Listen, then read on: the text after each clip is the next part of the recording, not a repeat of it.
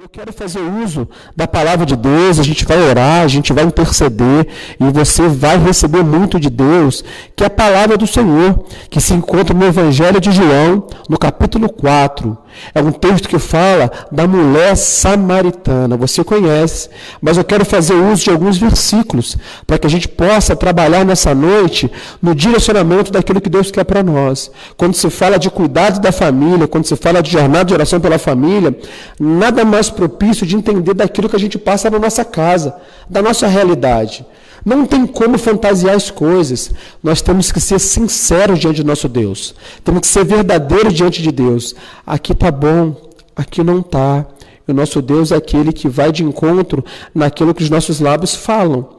Nossos lábios professam, e quando nós somos verdadeiros para com Deus, Ele fala assim, é aí que você vai receber a tua cura, é aí que você vai receber a intervenção dos céus, é aí que você vai receber o teu milagre. Eu quero fazer uso da palavra de Deus, que se encontra no Evangelho de João, no capítulo 4, e vamos começar do verso 3, que diz assim, você já pegou aí? Já pegou a sua Bíblia em casa? Já abriu o seu smartphone, o seu tablet? Abre aí, pegue aí. Lê juntos, vamos meditar juntos, acompanhe juntamente comigo, que diz assim a palavra do Senhor. E deixou a Judéia, e foi outra vez para a Galiléia. E era-lhe necessário passar por Samaria. Foi para uma cidade de Samaria, chamada Sicar, junto à herdade de Jacó, que tinha dado a seu filho José. Estava ali a fonte de Jacó, Jesus, pois cansado do caminho, assentou-se, assim como junto da fonte. Era isto quase a hora sexta, traduzindo para nós, meio-dia.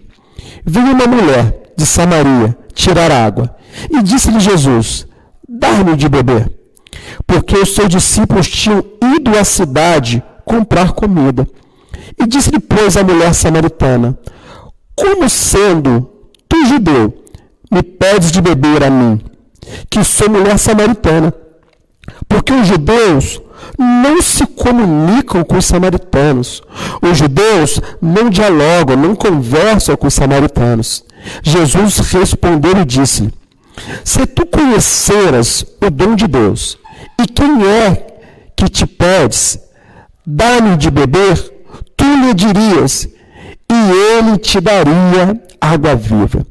E disse-lhe a mulher, Senhor, tu não tens com que tirar, o Senhor não tem jarro, e o poço é fundo. Onde, pois, tens água viva? E és tu, maior do que Jacó, o nosso pai, que nos deu o poço, bebendo ele próprio dele, e os seus filhos, o seu gado? Jesus respondeu e disse-lhe, por qualquer que der de beber, ou beber desta água, tornará a ter sede. Mas aquele que eu der da água que eu lhe der, nunca terá sede, porque a água que eu lhe der será nele uma fonte de água, a jorrar para a vida eterna. E disse-lhe a mulher, Senhor, dá-me desta água, para que eu não mais tenha sede e não venha aqui tirá-la. E disse-lhe Jesus, vai, chama o teu marido e vem cá. E a mulher respondeu e disse, não tenho marido. E disse-lhe Jesus, disseste bem, disseste a verdade, não tenho marido, porque tive 5 maridos, e o que eu tenho não é teu marido. E isso disseste com muita veracidade. E disse-lhe a mulher, Senhor, vejo que és profeta. Os nossos pais adoravam neste monte, e vós dizem que é em Jerusalém o lugar onde se deve adorar. E disse-lhe Jesus, mulher, crê-me que a hora vem, e que nem neste monte, e nem em Jerusalém, os adorareis ao Pai, mas adorareis ao que não sabes. Nós adoramos o que sabemos, porque a salvação vem dos judeus.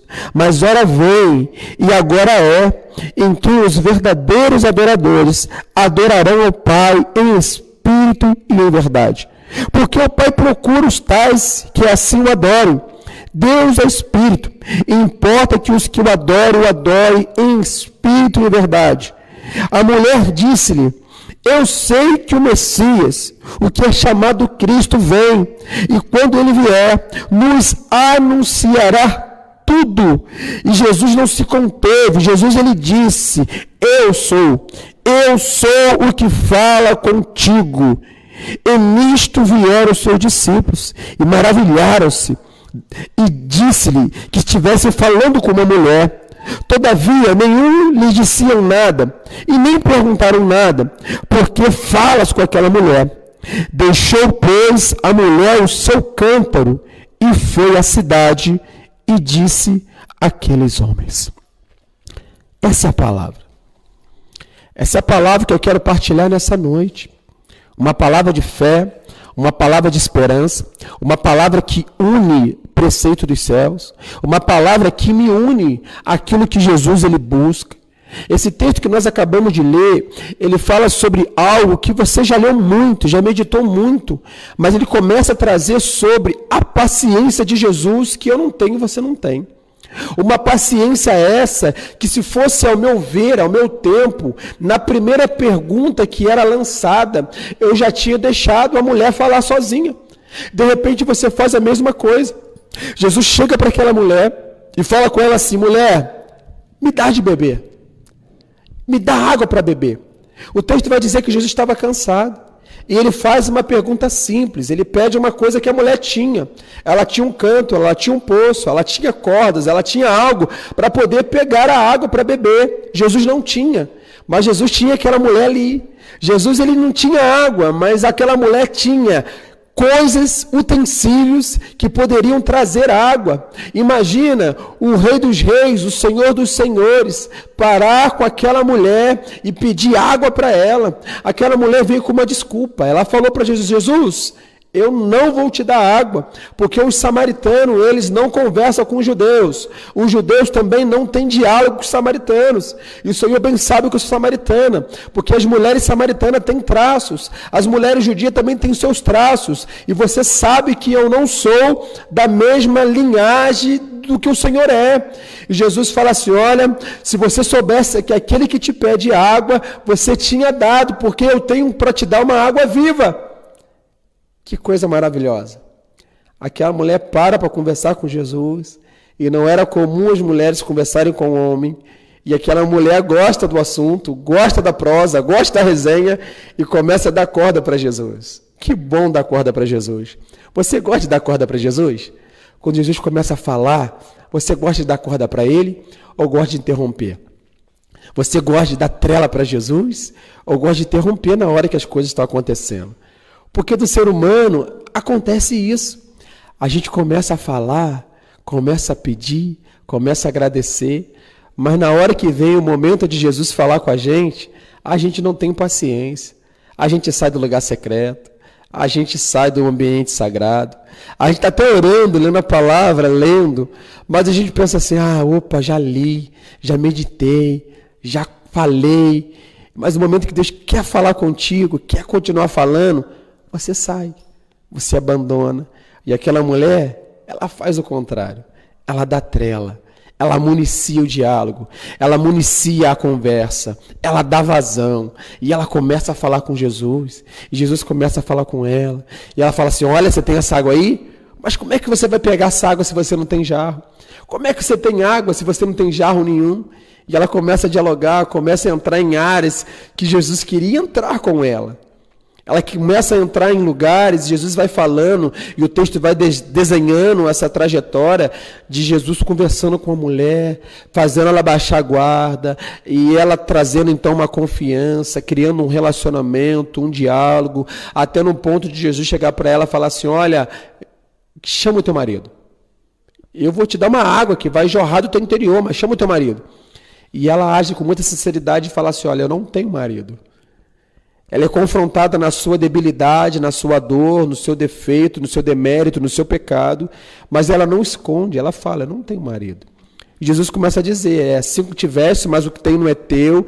E ela começa a reproduzir, falar assim, ó, veja que tu és profeta.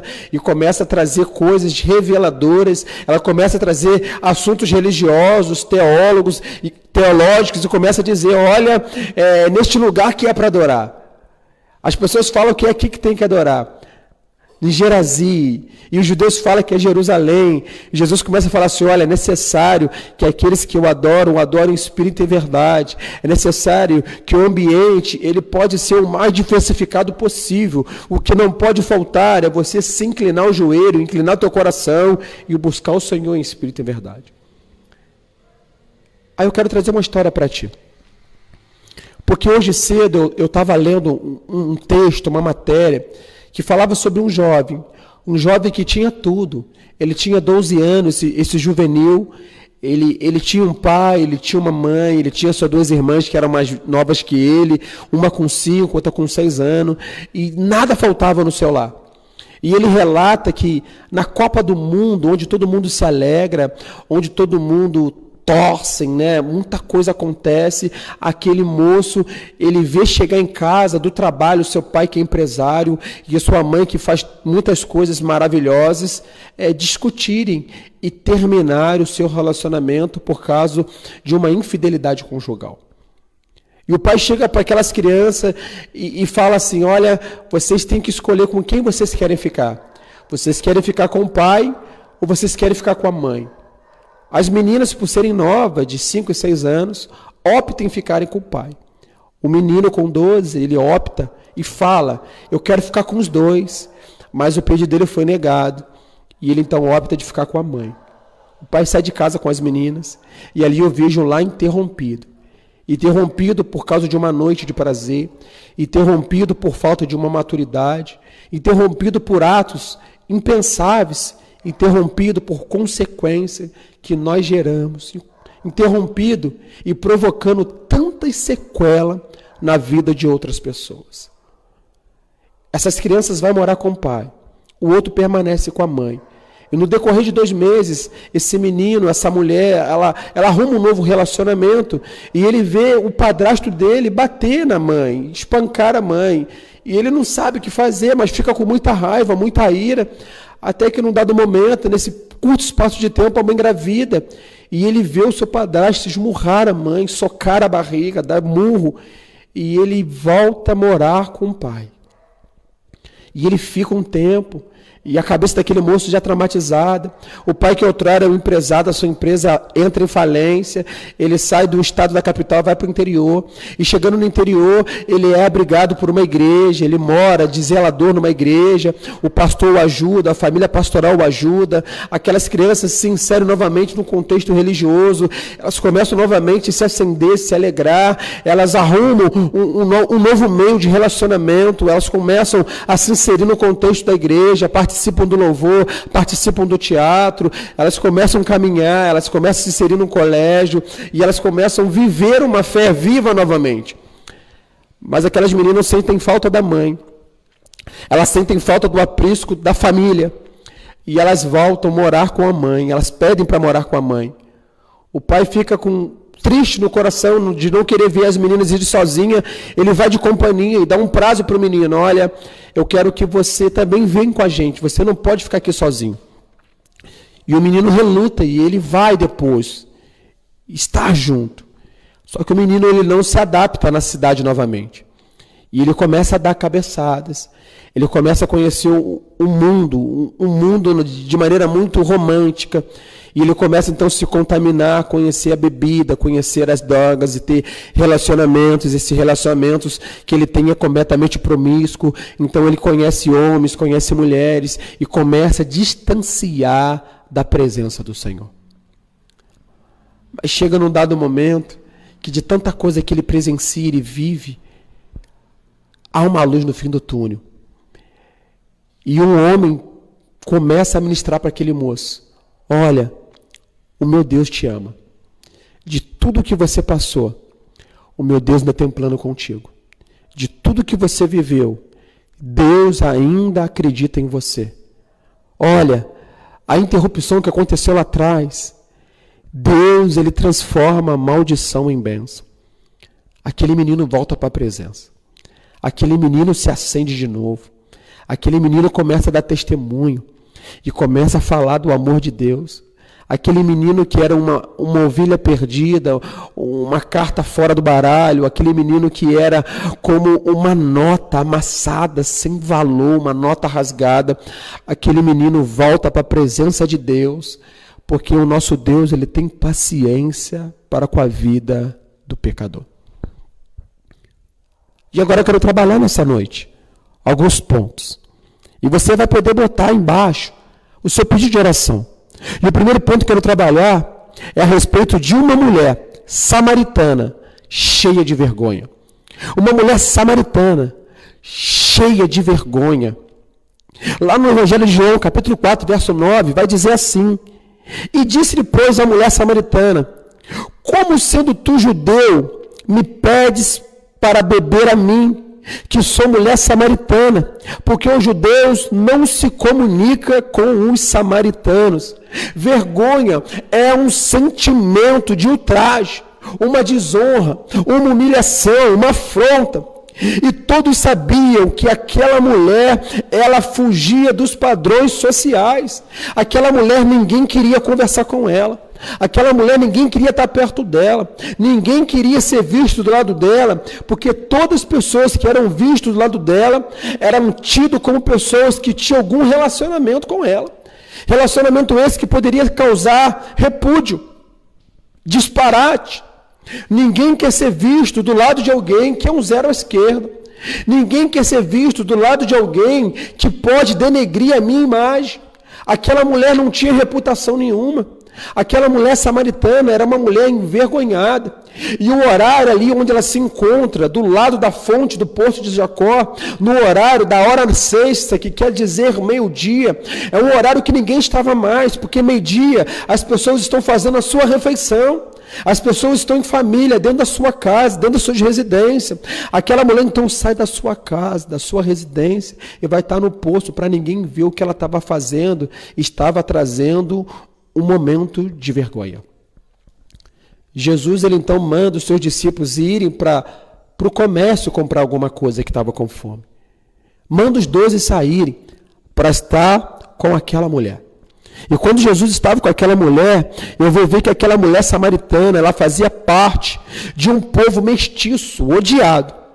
Ela conhecia a vivência e o seu viver no pecado. Ela sabia que estava num lugar público e nenhum judeu respeitava ou ousava conversar com aquela mulher. Ela sabia das suas condições circunstanciais, mas mesmo assim, Jesus fez e faz aquilo que ninguém quer fazer. Meu irmão, Jesus fez e vai fazer aquilo que ninguém quer fazer. Jesus vai no meio da tua dor e faz aquilo que ninguém quer fazer. Jesus vai olhar nos teus olhos e vai fazer aquilo que ninguém quer fazer. Jesus vai apertar a tua mão e vai fazer aquilo que ninguém quer fazer. Jesus vai te dar um abraço e vai fazer aquilo que ninguém quer fazer. Pastor, mas Jesus não deu um abraço nessa mulher. É verdade. Jesus não deu um abraço físico naquela mulher. Mas Jesus fez algo que nenhum outro fez. Ele conversou. Ele dialogou. A primeira coisa que aquela mulher falou é que os samaritanos não conversam com os judeus. Jesus conversou com ela. De repente, o nosso pensamento pequeno faz com que eu não converse com alguém que professa uma fé diferente da minha. De repente, dentro da tua casa, você não tem um diálogo apurado com teu pai e com a tua mãe. De repente, dentro da sua casa, você não conversa, não tem um diálogo apurado com teus irmãos. De repente, dentro do seu ambiente de trabalho, você não conversa com o teu amigo ou com um funcionário que chega junto contigo no mesmo horário, bate o ponto, bate o cartão no mesmo horário junto contigo, só porque você sabe que ele é de uma outra religião diferente da tua. Tem católicos que não falam com evangélicos. Tem espíritas que não falam com evangélicos. Tem evangélicos que não falam, que não se relacionam, que nem se comunicam com outro evangélico. Só porque eu sou metodista e tu é assembleano. Só porque eu sou metodista e você é batista. Tem gente que não se comunica por causa de bandeira. Tem gente que briga por causa de partido político. E Jesus, quando chega para esta mulher, ele começa a dialogar. Ele começa a colocar para fora que muito além de uma bandeira, de muito além de uma confissão religiosa, meu querido, está a paciência que Jesus tira para falar que nada deveis. Se eu tiver que dever alguma coisa para alguém, que eu venha dever o amor. Está expressado isso, né, no livro, na carta de Paulo aos Romanos, no capítulo 13. E eu vou entender que as boas novas, elas precisam ser pregadas a tempo e fora de tempo, endereçadas a todas as pessoas, a respeito de etnia, posição social, cultural, pecados anteriores cometidos. Nós devemos estar preparados para pregar o Evangelho em qualquer lugar e em qualquer ambiente. Jesus estava ali. De repente, os religiosos da época estavam dizendo assim, ó, você pode pregar somente dentro do templo da sinagoga. Jesus, ele pregava do lado de fora. Jesus, ele pregava em frente do poço de Jacó. Jesus, ele pregava em todos os ambientes. De repente, desse tempo de quarentena que nós estamos vivendo, as pessoas mais antigas, de repente, pensam assim, olha, eu estou com saudade da igreja, porque eu queria ouvir a pregação do pastor, ou do irmão, ou da irmã, e lá na igreja é muito bom. É bom mesmo, meu irmão. Mas eu aprendo aqui que Jesus, ele faz com que o evangelho, ele chega em todos os ambientes. Chega na sua casa. De repente, você nunca parou para pensar que uma pregação poderia te tocar dentro da sua casa. Sabe o que eu aprendi? Que tem mais gente assistindo e recebendo das pregações que nós realizávamos dentro da igreja na sua casa. Tem mais gente assistindo as nossas pregações online do que dentro da igreja de maneira presencial. Por que isso? Porque a gente entende que a palavra de Deus, ela precisa ser pregada. Os veículos de comunicação, eles já existiam, mas nós não fazíamos uso de maneira apropriada. Jesus estava falando assim, olha, a pregação tem que acontecer, mas nós temos que utilizar os veículos que estão à nossa disposição. O veículo da época era o caminhar.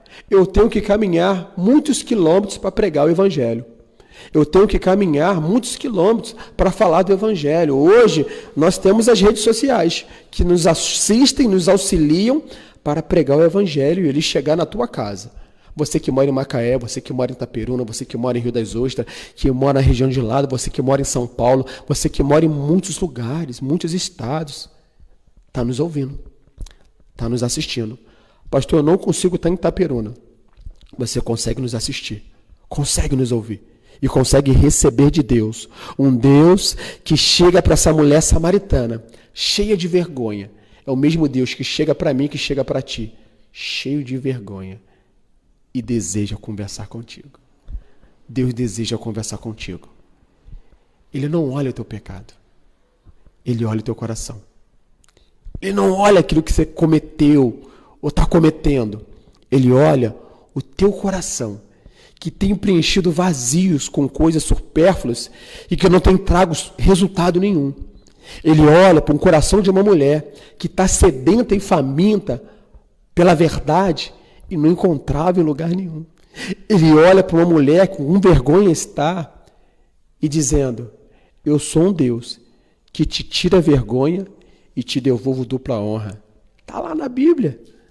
Um Deus que arranca a vergonha e te dá dupla honra. Outro ponto que eu quero trabalhar nessa noite é a respeito de um Deus, de um Jesus que transpõe todas as barreiras para alcançar um coração desprendido. Uma conversa vai mudar uma história. Uma conversa muda uma história. Você já viu situações na igreja, e eu já vi muito também por ser pastor, de acontecer momentos de libertação. Já prestou atenção nisso? Que quando vem uma pessoa carregada, ou que deu brechas, que deu legalidades, e as coisas não correm bem durante a sua vida, a sua trajetória de vida, Você faz as coisas e não dão certo. Você até tenta, mas não dá certo. Por causa de uma brecha, de uma legalidade. Aí é necessário uma quebra de maldição, uma oração de libertação, e coisa assim acontecendo. E eu vejo aqui nesse texto uma conversa que muda a história. Um Jesus que não orou por aquela mulher. Um Jesus que falou assim para aquela mulher, que não falou para aquela mulher assim, olha, fecha os olhos que eu vou orar por você.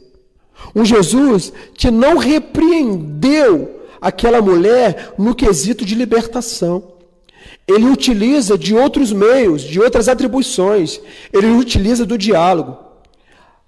A conversa libertadora. A conversa transformadora. E ele começa a entender a história daquela mulher. Ninguém faz nada no presente que antes o seu passado o revele. Ninguém que viva agora o presente que não foi construído no seu passado. Ninguém vai reproduzir agora no seu presente daquilo que já foi feito lá atrás. Então aquela mulher estava vivendo algo que já tinha acontecido lá atrás. Ela reproduz algo que já tinha acontecido lá atrás. Porque a Bíblia vai dizer que a gente vai falar agora, a gente vai pronunciar agora o que está cheio no nosso coração. Então ela vai tratar Jesus mal com as suas palavras ríspidas, por intermédio daquilo que ela tinha recebido e vivia. Uma conversa muda história. Mas o que é história, pastor? História, meu irmão, é quando eu entendo que João 4,10, Jesus ele responde e disse, se tu conheceres o dom de Deus, e quem é aquele que te diz, dai-me de beber, tu lhe pedirias e ele te daria água viva. Jesus está dizendo assim, olha mulher, se você conhecesse a minha história, se você soubesse quem eu sou, você não pediria água, ele te daria. Você não negaria a água, você dava aquilo que você tem.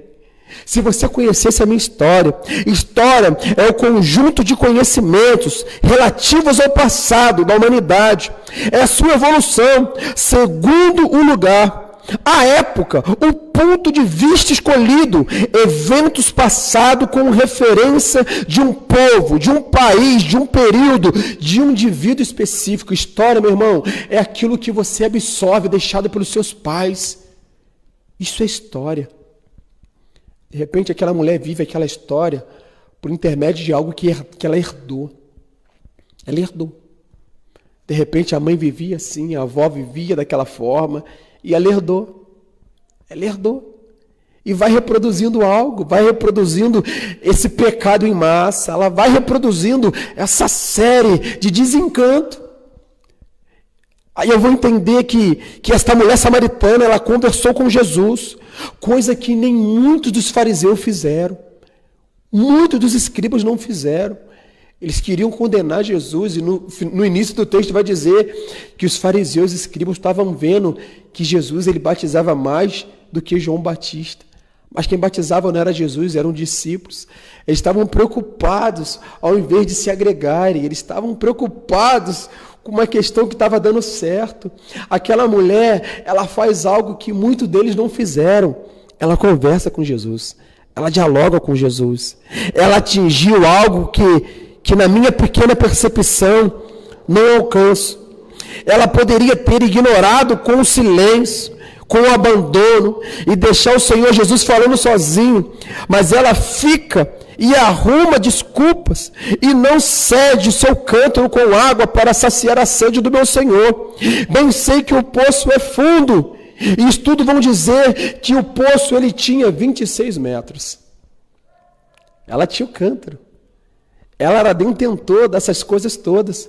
Meu irmão, de repente você sabe um pouquinho mais do que o outro e não favorece para o outro. De repente você tem um pouco mais do que o outro e menospreza o outro. Aquela mulher tinha um pouco mais do que Jesus, né? Que isso, pastor? Jesus tinha mais. Não, ela tinha um pouco mais do que Jesus. Ela tinha um cântaro. Ela tinha uma jarra. A jarra poderia estar vazia, mas ela poderia descer no poço e trazer a água. Ela poderia beber a água, poderia levar para casa e poderia dar para Jesus. Ela tinha um pouco mais do que Jesus. Então Jesus só pediu a ela algo que ela tinha.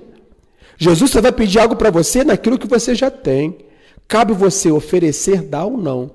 Se Jesus está pedindo o seu coração, você não tem que arrumar desculpa e falar assim, meu coração está sujo. O meu coração tem muitas áreas para serem limpas. O meu coração, ele já tem um dono. Ei, se Jesus está pedindo o teu coração, é sinal que ele sabe que você tem. E você pode oferecer. E você pode dar. Você já deu teu coração para Jesus? Você já ofereceu teu coração para Jesus? Você tem coragem de falar, Jesus, você pode habitar no coração sujo como o meu? Jesus, você tem coragem de aceitar meu coração do jeito que está? Essa mulher não fez nenhuma gota daquilo que eu faço com o Senhor todo dia. Essa mulher, ela não expressou nenhuma gota daquilo que eu faço com o Senhor todo dia. Eu te ofendo. Eu te maltrato, eu te nego, eu fecho os meus olhos.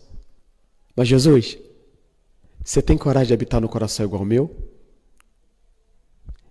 Eu quero te dizer que Ele tem. Eu quero te dizer que Ele quer. Eu quero te dizer que você não precisa limpar, Ele limpa. Eu quero te dizer, é Ele que faz. A água dele é uma água purificadora. É Ele que faz. Essa mulher, ela se interessa pela conversa. Porque de repente ela somente era vista como moeda de troca. Aquela mulher só era vista como moeda de troca. Tu já viu num dito popular que as pessoas falam que uma mulher não pode ser amiga de um homem? Porque o homem só vai olhar para a mulher com segundas intenções. Até na igreja a gente escuta isso. Não somente do lado de fora. Uma mulher não pode ser amiga de um homem. Jesus para, conversa com aquela mulher, não fica preocupado com o que vão pensar. A preocupação de Jesus é aquilo que ele ia extrair do coração daquela mulher. O interesse de Jesus sempre vai ser o coração quebrantado. Aquela mulher conversa, aquela mulher, ela repete, ela de repente nunca se viu como alguém que possa ser uma amiga dela. Aquela mulher, de repente, ela para e vê, olha, esse homem, ele está me vendo, ele não está me vendo com segundas intenções. Esse homem está me olhando e não está me olhando querendo outra coisa de mim, diferente daquilo que todo mundo me vê. Aquela mulher olha para Jesus e começa a ter um interesse de saber o que aquele homem parou para dar atenção para ela. E ela começa a dizer assim, este poço, ele foi útil durante muito tempo, e a água dele, ele sacia sim, mas você volta a ter sede, porque mesmo o pai Jacó e seus feitos não são maiores que a manifestação do amor do Pai manifesto em mim, manifesto em Jesus. Um pensamento temporário, um pensamento eterno, uma fonte a jorrar para a vida eterna.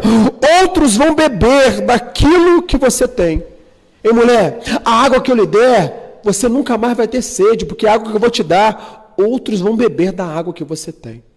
Hoje você está vindo beber aqui, mas vai chegar um tempo que as pessoas vão querer da onde que você adquiriu essa água. O outro ponto que eu quero trabalhar, e o terceiro, é encurtar o caminho. É natural nosso encurtar o caminho.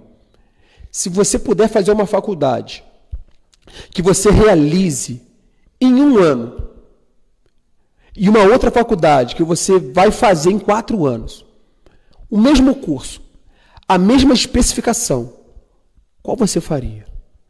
Uma faculdade que você venha cursar em 1 ano ou uma em 4 anos? Pastor, eu vou fazer de 1 ano. A gente quer encurtar tudo. A gente quer fazer aquela que é mais simples. Aquela que vai me dar um resultado mais apurado, em curto prazo. A gente faz assim. Jesus, ele encurta o caminho. E aquela mulher também encurta o caminho. E disse aquela mulher, no verso 15, Senhor, dá-me dessa água, para que não mais eu tenha sede e também não volte esse horário de meio-dia para beber. Ela estava encurtando o caminho. Ela faz aquilo que eu e você faz. Quando você vê um problema, você quer encurtar o caminho. Você não quer fazer aquilo que vai te dar trabalho.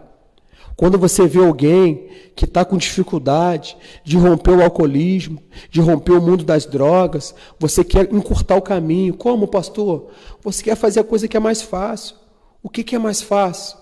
Você brigar, você gritar, você colocar para fora, você falar que ele é um bêbado, você falar palavras, e essas palavras pejorativas para menosprezar. De repente, irmã, você tem orado pelo seu esposo, para ele poder se converter e vir para Cristo, mas na hora que você vê ele agarrado num desses problemas, você é a primeira a falar, você é isso, você é aquilo. E ele fala assim, a minha esposa vai todo domingo para a igreja, ela ouve uma palavra, mas ela não consegue profetizar na minha vida, e quando ela me vê para baixo, ela me deixa uma palavra para deixar mais baixo ainda. O meu filho, quando ele me vê para baixo, ele ao invés de me falar assim, pai, eu vou te pegar, pelo contrário, ele fala, pai, o Senhor me envergonha. Pai, eu tenho vergonha do Senhor. Meu irmão, a gente tem mania de encurtar o caminho. A culpa não é sua. A culpa não é dele. O teu entendimento que é pequeno daquilo que Deus quer fazer. Você colocou na tua cabeça que é preciso você segurar na mão dele, fazer um convite, vamos para a igreja. Como é que ele vai para a igreja? Teu testemunho dentro de casa não tem sido convincente. Vamos para a igreja. Como é que ele vai para a igreja? Como é que ele vai trocar o ambiente? Porque você quer encurtar o caminho, você quer o mais simples. Você quer dizer assim, olha, vamos para a igreja, o pastor vai pregar, o irmão vai pregar, e você vai aceitar Jesus, mas a primeira pregação que ele tem escutado é a tua. Minha irmã, a primeira pregação que ele escuta dentro de casa é a sua. Se a tua pregação não condiz com o cristianismo, ele não vai pisar no solo sagrado. Ele não vai pisar na igreja. Não vai, a gente gosta de encurtar o caminho. E encurtar o caminho quer dizer que Jesus ele é curto e grosso. Por que Jesus é curto e grosso? Porque ele olha para aquela mulher e fala assim, ó, vai lá, chama o teu marido. Aquela mulher ela pede uma bênção. Jesus, eu quero uma bênção. Eu quero que a água jorre do meu interior. Eu quero que meu marido se converta. Eu quero que o meu filho se converta. Eu quero que a minha filha se converta. Eu quero que a minha esposa se converta. Porque tem muitos casos que o marido está na igreja e a mulher não vem. E a gente aprende que a mulher é mais sensível, né? A voz do Senhor. É uma mulher que é mais sensível, que chora. Mas eu vejo que nas igrejas também tem muitos maridos, muitos homens que estão aqui e as mulheres estão fora. Que estão neste lugar e a mulher não consegue acompanhar. Eu já tive exemplo de moço, de maridos, que estavam na igreja e a esposa com aquela dificuldade de caminhar. E geralmente é o contrário, né? Geralmente vem a moça, vem a esposa e o esposo está lá. Geralmente vem a namorada e o namorado vem depois. Nunca é o contrário. Geralmente é difícil demais. O namorado está aqui, né? E a namorada vem de fora.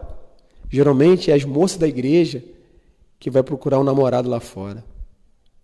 E elas pensam assim, oh, não, ele vai mudar, ele vai melhorar, eu vou trazer ele. Os olhos dele estão fechados. Aquilo que ele vê em você é como moeda de troca. Ele vê com segundas intenções. Ele vê que vai ganhar muito além de vir de companhia contigo aqui. Ele fica arquitetando e pensando o que vai fazer contigo. Minha irmã, espera no Senhor. Converse com Jesus. Não procure lá de fora, não. Procure aqui dentro. Pastor, mas aqui dentro não tem. Ei, ora para Deus trazer. Está demorando, pastor. Está demorando. Ora para Deus trazer. Deus traz. O que Ele não quer ver é você se arrebentar. O que Ele não quer ver é você se divorciar.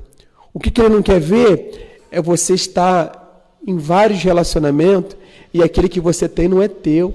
O que Ele não quer ver é você estrambelhar uma família. O que Ele não quer ver é um filho para o lado, um filho para o outro e ficar uma casa dividida. O que Deus quer é curto e grosso. Me mostra o teu pecado. Me mostra a tua falha. Você tem coragem de hoje chegar para o teu cônjuge e falar com ele assim: me perdoa que te xinguei hoje? Me perdoa porque no final de semana você encheu a cara que eu fiquei chateado pra caramba? Me perdoa das vezes que eu ia para a igreja, que eu ia para a casa de Deus, e quando eu chegava em casa, eu te via aí mamado. Me perdoa, porque quantas vezes me ligavam no telefone e falavam que você estava lá na esquina, lá no bar. Me perdoa, filho, porque eu, como sua mãe, eu te amo, mas quando eu fiquei sabendo que você fazia uso de bebidas ou de entorpecente, eu fiquei chateado e falei palavras de baixo calão. Você me perdoa, filho? Você tem coragem de fazer isso? Você tem coragem? Porque Jesus é curto e grosso. Ele chega para aquela mulher e não passa a mão na cabeça dela. Ele chega para aquela mulher e fala assim: olha, chama lá o teu problema. Chama lá o teu marido. Vai lá. Corre lá. E outro ponto é: Jesus quer te dar algo. Jesus não quer te dar algo sem antes que você esboce negar-se a si mesmo. Jesus não vai te dar uma plenitude, uma bênção, se você não esboçar que você quer negar a si mesmo. Que você foi grosso no seu falar, que você foi grosso no seu falar, que você foi estúpido, ignorante no tratar com outra pessoa. O teu vizinho que te vê correndo na rua todo dia, você não consegue dar nem um bom dia. Mas você fala que é cristão. Você fala que é crente. Você fala. Jesus ele não vai te dar, em João 4,17 vai dizer: mulher, você respondeu e disse bem, não tem marido, disseste bem. Jesus disse, porque aquele que você tem não é teu. Já pensou se Jesus chegasse para aquela mulher no início da conversa, antes de pedir a água, ele chegasse para a mulher e falasse: mulher, você tivesse 5 maridos, que você tem não é teu. Aquela mulher fala assim: vai se catar. Vai catar coquinho. Agora imagina se Jesus fizesse essa pergunta para a mulher no início da conversa. Você tem coragem de abrir teu coração para alguém que não caminha contigo? Que não conhece a tua história? Que nunca abriu os lábios e te ouviu? Que nunca emprestou ouvido para você falar? Você está entendendo como é profundo o tratar de Jesus com essa mulher? A gente está falando sobre família. Nós estamos falando sobre relacionamento. Jesus para com aquela mulher que destruiu famílias. Jesus chega para aquela mulher que estava destruindo lares. Muito além de destruir a vida dela, estava destruindo lares, outras famílias. E Jesus não quer que você destrói famílias. Jesus quer que você seja um abençoador e um restaurador de famílias. Jesus quer usar a tua vida para entrar em famílias e ser bênção em famílias. Jesus quer fazer que a tua casa, que a tua família venha a ser exemplos de cura na vida de outras famílias. Mas para que isso venha acontecer, ele é necessário te confrontar, ele é necessário que ele olhe para você e fale assim: olha, tu está disposta a negar a si mesmo? Porque aquela mulher não fala mentira, ela fala a verdade. Ela fala: eu não tenho marido. Ela fala que estava vivendo amaziada. Ela fala que não estava legal. Eu me recordo que numa temporada no Rio de Janeiro, eu cheguei em 2014 e realizei muitos matrimônios, muitos casamentos. Muitas pessoas que estavam amaziadas, morando junto, muitos anos, muito tempo, e a gente parou um pouquinho, e eu preparei um curso de noivo, sentei com eles, conversei com eles na casa deles, conversei com eles também na igreja, e foi nutrindo um relacionamento. Não foi chegar somente para eles e falar assim: olha, vocês têm que casar. E não, pelo contrário. Eu fui mostrando para eles caminhos daquilo que eles iam ser beneficiados em formalizar a sua relação conjugal. Eu estava trabalhando com eles a respeito de os filhos deles receberam uma bênção por intermédio da posição e do ato que eles estavam tendo. Primeiro você cria um relacionamento de confiança. Primeiro você estabelece, você cria um espaço de confiança para tratar o coração da pessoa. Então a primeira coisa que Jesus fez foi isso. Ele criou um ambiente, um espaço de compromisso, de relacionamento, de confiança para aquela mulher. Então quando ele faz isso, aquela mulher consegue se liberar, ela consegue se abrir, ela consegue abaixar a guarda e ela consegue dar vazão ao diálogo, à conversa com Jesus. Minha irmã, abre, abaixa a guarda. Não seja tão rebelde assim, não. Não precisa fazer tempestade em copo d'água. Ah, vai lá, não precisa fazer mais isso. Não dá tempo de fazer mais isso. Você está distanciando o agir de Deus na tua casa e na sua família. Muita coisa que você está vivendo agora é por intermédio de uma decisão que você tomou que não está dando resultado e você persiste. E eu quero dizer para você nessa noite, você está disposto a mudar? Converse com Jesus. Porque Jesus, quando para conversar, ele está disposto a mudar a história. Jesus, ele não quer te dar algo sem antes você estar disposto a negar a si mesmo. Jesus, ele é verdade. Ele fala a verdade, ele vive a verdade e começa a revelar segredos revelados. Então lá no versículo 25 e 26 vai dizer assim: e a mulher disse, eu sei que tu és o Messias, que se chama por Cristo, e vem quando ele vier, e ele vai nos anunciar tudo isso. Jesus não se contém e fala, sou eu que falo contigo. Jesus, durante muito tempo, ele não revelava para ninguém, falava assim, olha, eu te curei, não fala para ninguém que eu te curei. Eu te visitei, não fala ninguém para eu te visitei. Mas com aquela mulher, Jesus age diferente. Chega para ela e fala assim, olha mulher, eu sou o Messias, eu sou o Cristo que falo contigo, sou eu mesmo, que você estava esperando, estava aguardando, e que quando Cristo vier, o Messias chegar, ele vai anunciar e revelar tudo. Jesus, ele não se contém e começa a esbravejar das alegrias dos céus, da plenitude dos céus sobre a vida daquela mulher, e aquela mulher não se contém com tamanha glória e tamanha revelação. Nem o discípulo tinha tamanha revelação. Aquele que chegou mais perto foi Pedro, que quando Jesus pergunta para ele, Pedro, quem dizes que sou? E todo mundo fala um monte de coisa, a mulher fala a mesma coisa, ei, tu és profeta. Pedro fala, Augusto fala que tu é profeta, mas chega num dado momento que fala assim, tu és o Cristo, filho do Deus vivo. Tu és o Cristo, filho de Deus vivo. Jesus fala assim, olha, nem foi carne nem sangue que revelaste, mas foi o Pai. Que coisa fantástica. Jesus, então, revela dos segredos mais intensos dos céus. Mais intenso. Nem o inimigo sabia que era Jesus. Que isso, pastor?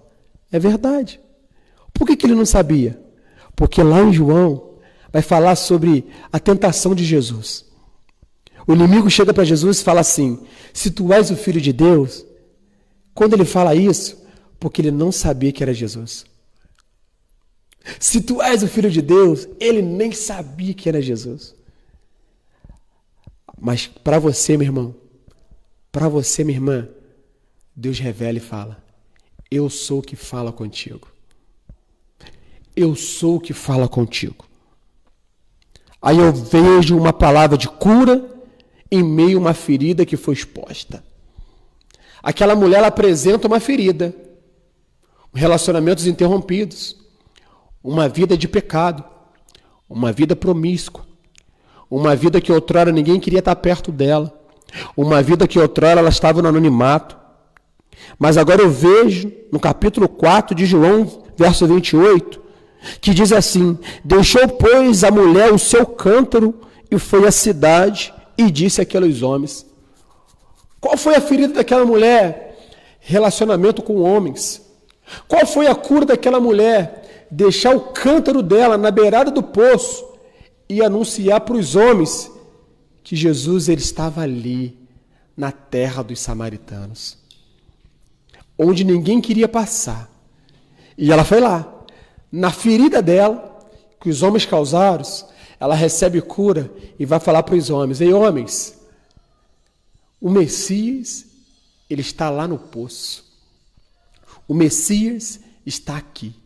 Mas essa revelação vem por intermédio da palavra profética, que Jesus fala, e a hora vem e já chegou, que os verdadeiros adoradores adorarão o Pai em espírito e verdade.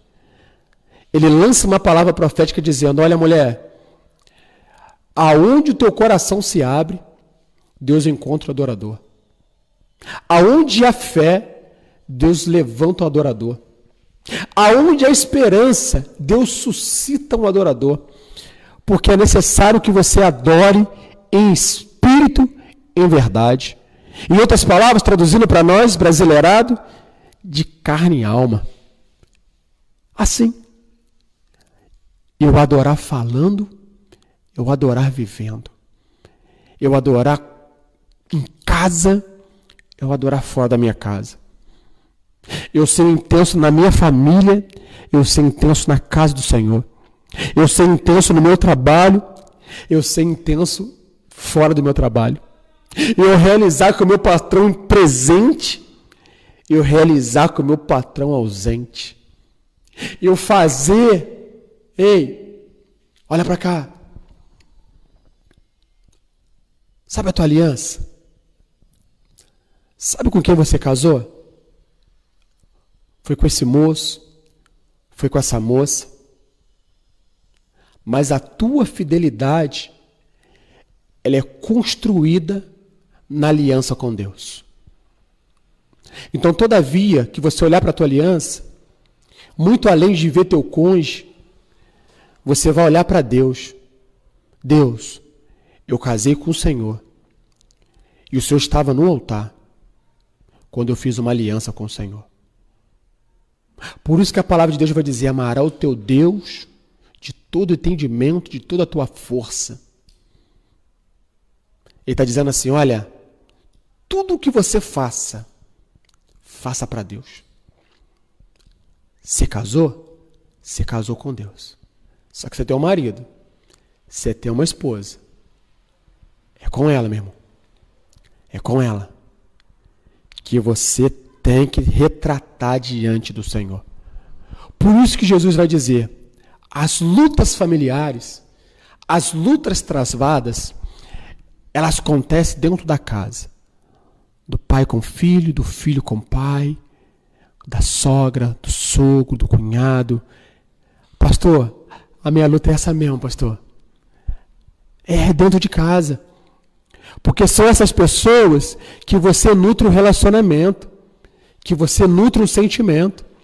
Porque se fosse com qualquer outra pessoa do lado de fora, você parava de andar, você parava de estar perto. Acabou. Mas dentro da sua casa, você tem que conviver todo dia. Todo dia acordou, olhou nos olhos. Todo dia levantou, olhou nos olhos. Todo dia despertou, foi dormir, vai olhar de novo. Vai bater a porta para sair, para entrar, vai ver de novo.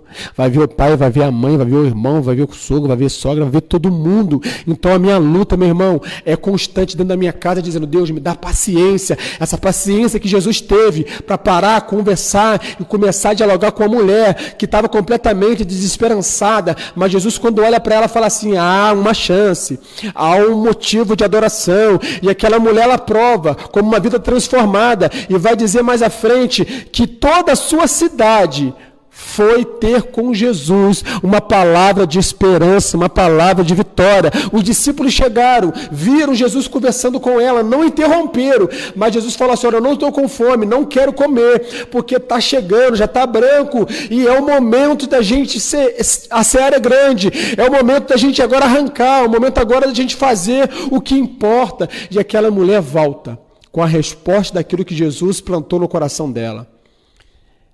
Ela volta com muita gente. Ela volta com muitos samaritanos. Ela volta com muitos pecadores. Ela volta com muitas famílias quebradas. Ela volta com muitas famílias quebrantadas. Ela volta com muitos homens que também estavam em situações igual daquela mulher. Por quê, pastor? Porque a gente vai atrair as pessoas que andavam com a gente. O texto vai dizer que ninguém andava com aquela mulher. Ninguém estava perto daquela mulher. Quando aquela mulher volta e traz um monte de gente, ela só vai atrair gente que anda igual a ela, que pensa igual a ela, que age igual a ela, que fala igual a ela. Ela só vai atrair gente que faz parte da mesma coisa do que ela. Então ela trouxe muitas pessoas que também estavam enroladas na sua vida conjugal, na sua vida familiar, para que Jesus também pudesse restaurar a vida deles. Isso é uma vida transformada. Isso é uma atitude. Isso é que Deus, Ele pede, Ele quer para nós. E eu quero orar pela tua vida. Eu quero orar pela tua vida. Porque eu sei que essa história falou contigo. Eu sei que você já ouviu essa história. Mas hoje foi diferente tocar de Deus no teu coração, porque durante o dia num todo, Deus mexeu no meu coração para partilhar contigo essa palavra. Meu irmão, você está aí na sua casa, você está aí no teu ambiente de glória, e aí nesse teu poço de Jacó, que Deus vai te pedir água. É dentro da tua casa que Deus vai pedir aquilo que você tem um cântaro na mão. É dentro da tua casa que Deus está falando contigo, ei, me dá água. É aí que Ele quer desenvolver um relacionamento. É aí que Ele quer devolver essa confiança. É aí que Ele quer te colocar novamente em condições de batalha. É aí que Ele quer te fortalecer novamente. É aí que Ele quer te confrontar no teu erro, no teu pecado. É aí que Ele quer te levantar do marasmo. É aí que Ele quer te levantar do monturo, porque a palavra fala que do monturo Ele ergue o necessitado. É daí, meu irmão. É aí que Ele quer fortalecer a tua vida. Pastor, eu quero ser fortalecido pelo Senhor. Eu quero que Deus fortaleça a minha vida.